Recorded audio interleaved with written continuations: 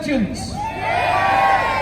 The first part of tonight's show, we're going to introduce 3 titans of the club who were crucial to that campaign as we show highlights of the road to the final. Give it up firstly for Gary Birtles,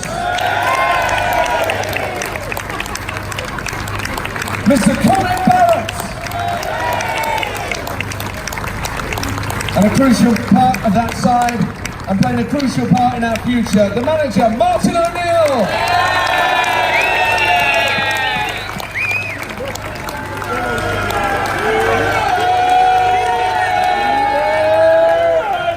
Well, brothers, 40 years on to the day.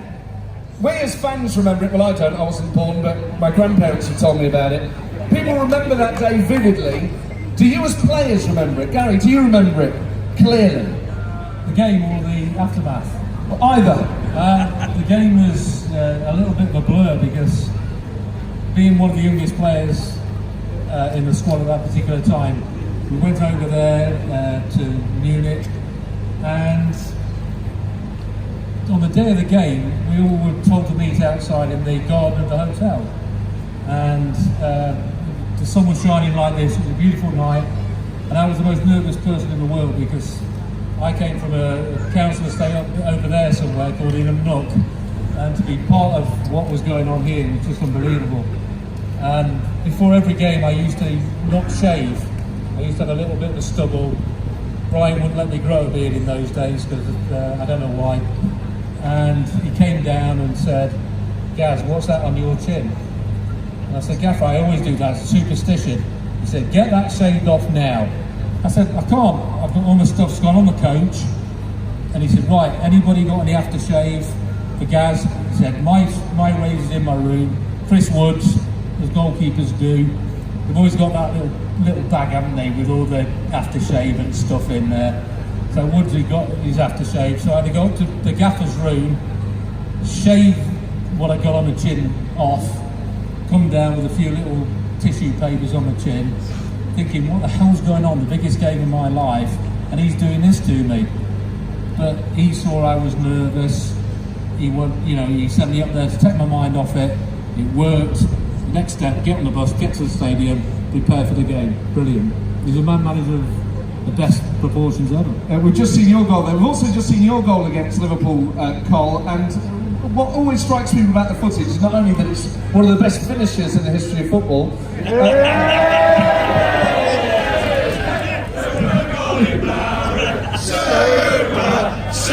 goal! Super goal! Super goal! Super goal in Paris! You've still got such a special relationship with the fans all these years later. What's it mean to see so many people here tonight 40 years on? It's just great. I mean, to be perfectly honest, I've become a legend, in the last 4 years. Whereas only just a player that played for Nottingham Forest Football Club, but now I'm a legend apparently, which is pretty good for me.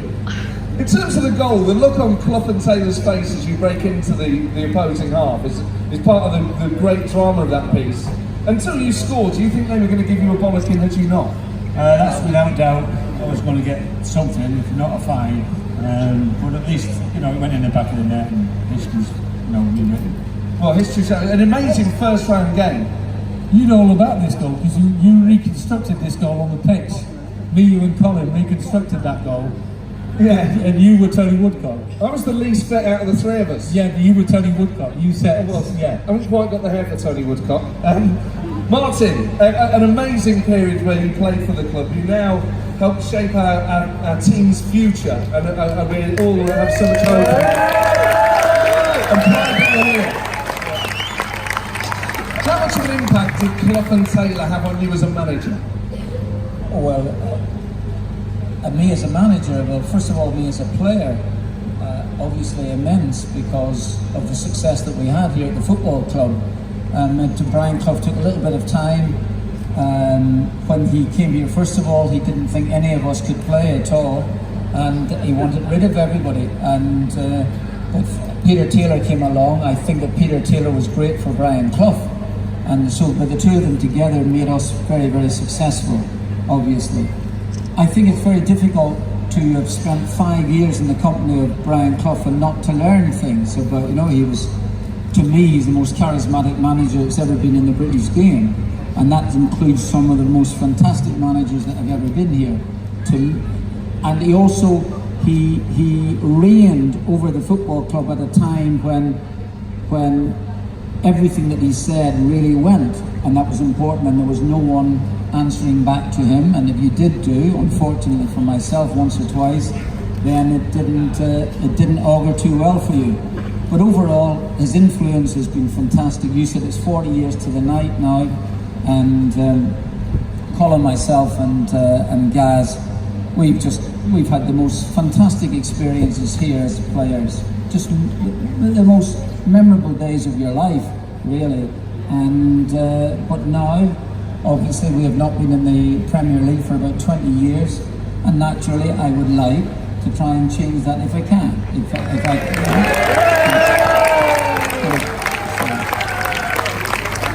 As a fan, it's amazing that you come back, and so many of us wanted you back for so long, and it's very emotional seeing you back here.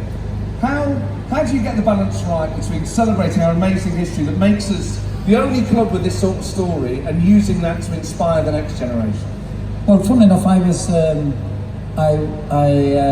I had just in the last 2 weeks, I've been to visit both Chelsea and Manchester City's training grounds, which I'd like to see. I got invitations to go to the two of them, and obviously there's a lot of foreign influence both at Manchester City and Chelsea. That's fine, but it was amazing. This is absolutely true that young people who are younger than me, who are running these football clubs, have talked about this story as being the most amazing story of all time, really.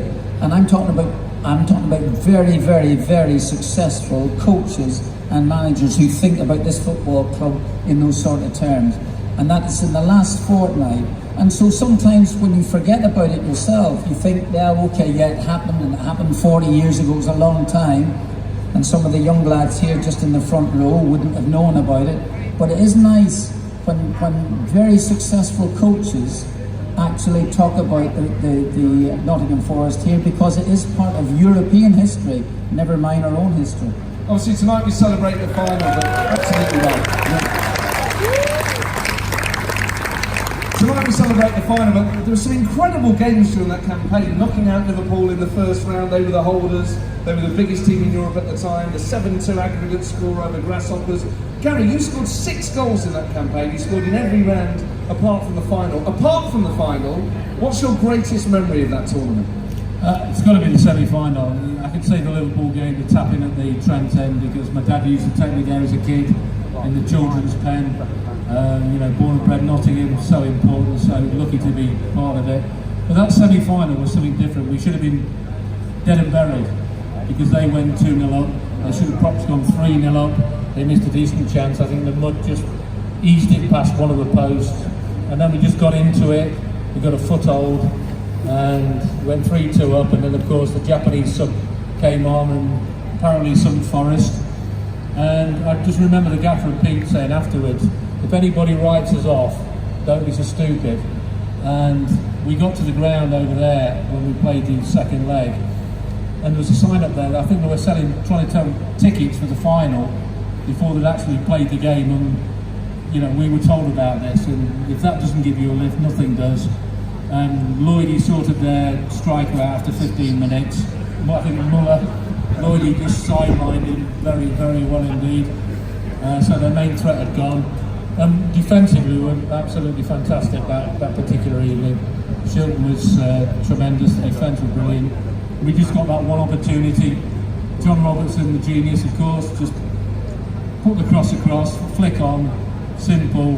They don't do that anymore. I don't know why they don't do that. Me and Larry used to stand on the near post. One of us went short, one went long, flicked it on, somebody hit it in the back of the net. I think it's a little bit of arrogance now why they don't do things like that. But that for me was, those 2 legs were just incredible. Just showed the strength and character of the squad. And just on the final, what do you remember about the atmosphere? Because so many of the players that era talk about walking out to that stadium and just the throng of Forest fans, the flags, the banners. Does any of that stay with you? Well, looking at this, the fans in here tonight, You go back to the celebration after when we came back, when we went to Slab Square in Nottingham. We started off at home pier point, and we thought, well, who's going to turn up? How many are going to turn up? We were a bit sceptical maybe, and as we went on the bus, a few more people appeared, and when we got to the square in Nottingham, it was the greatest thing I think we've all seen and experienced, because they went back as far as you could see, and that particular night was just fantastic. The fans were brilliant. We came back to the airport, they were superb, and those things more than anything stick in your mind. It was obviously a historic achievement. I mean, was there a sense, Colin, around the team? You'd already become champions of England, and then you were about to become champions of Europe. We look back on it with retrospect, and it's this great story that was almost inevitable. Was the confidence absolutely clear at the time, or were people nervous going into that campaign? I'm sure they were nervous. I think nervous is to be accepted, really. The one thing that we did, we were a good side at that time. They were good players, we had a good system, we were unbeaten for a long, long time, and we knew what we could do. So bottom line is, everything boded well for us, really. The final as a football match was disappointment, even though I didn't play it. It was a disappointment, and you could tell that in the dressing room after, because the players were pretty much down because the performance was poor.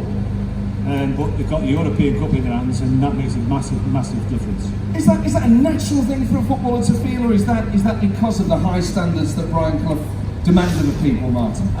Well, and Colin, sorry, I'm going to disagree with Colin here. You know, to me, I had a natural disappointment because I didn't play in the final. In that particular final, myself and Archie Gemmell and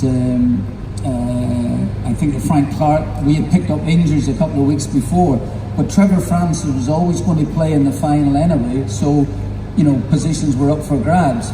So mine was a disappointment not for playing, but in truth, Colin mentions, I understand what he's saying, just a wee bit of disappointment, but we have actually won the European Cup, you know, and even though that Malmo were not the best side in the world, to me, those 2 goals that they scored against Liverpool were unbelievably important, because it gave us a chance to go to Anfield and defend that. So those 2 goals that these lads scored in that first game, also it gave us enormous confidence to have beaten the European champions. So we demolished AEK Athens. We had difficult games in the way in against Grasshoppers. And the semi-final, to me, the most atmospheric game I've ever been involved in was the 3-3 draw here at the City Ground against Cologne. And I can understand what Colin's saying, but at the end, that disappointment of maybe not playing so well in the final lasted for me about 4 seconds, because you just won the European Cup, and that's the most that's phenomenal. I'll just tell you a final thing. There's the Champions League has been played on Saturday night, and I think if you ask Klopp or Pochettino or any of the players, this might be, and I'm sure it'll be a great game, but if it's the worst European Cup final of all time and they win 1-0, I don't think there'll be too much disappointment in the dressing room. All right, even though I love him, I think to win the European Cup once is fantastic, and to win it again is just fantastic. I just think people look at our 2 successes against Malmo and Hamburg, and they look at Malmo and Hamburg now, who are nowhere near in their leagues at all. But at that particular time, it wasn't the also-ran Cup, it was the best team. Yeah, absolutely. It wasn't down 4th place, it was the champions of every country. And you look at Malmo's record in their quest to the final, they beat some really good sides. They really did. And they were difficult, they were well organised. And, you know, Hamburg, the second one, you know, they were the best team in Europe. Cologne were probably the second best team in Europe after Liverpool, and we knocked both of them out. So people forget things like that. They only look at the base things and say, well, Cologne, where are they now? Probably in the second league of Germany. But at that time, they were the best teams in their particular country, and we beat them. Absolutely right. It was a proper Champions League back then for us, wasn't it? It's interesting watching the dynamic between the three of you. One of the great things about I Believe in Miracles, the great film that Johnny Owen made, is the warmth and the characters that the side had, as well as Clough and Taylor, you as individuals, as players. When you see each other on nights like tonight, is it still the same relationship that you had back then? Is one the negative one? Is one the funny one? Is one the intelligent one? What's the... Not that that necessarily is you three. Well, we're also alive, which is really good. It's a real bonus.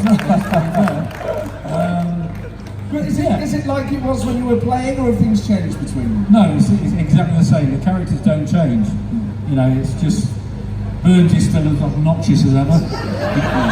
He's still trying to kick you from behind when you see him, and he's still, you know, derogatory when he meets you. Lloyd is the same. No, but it's good that, you know, nobody's really changed. The characters are good, and you realise how lucky as a group of players you were to be part of this and to play for Clough and Taylor. A load of better players maybe would love to have played for Clough and Taylor, and we were, as a group, we were so fortunate to be part of that genius, and it was genius.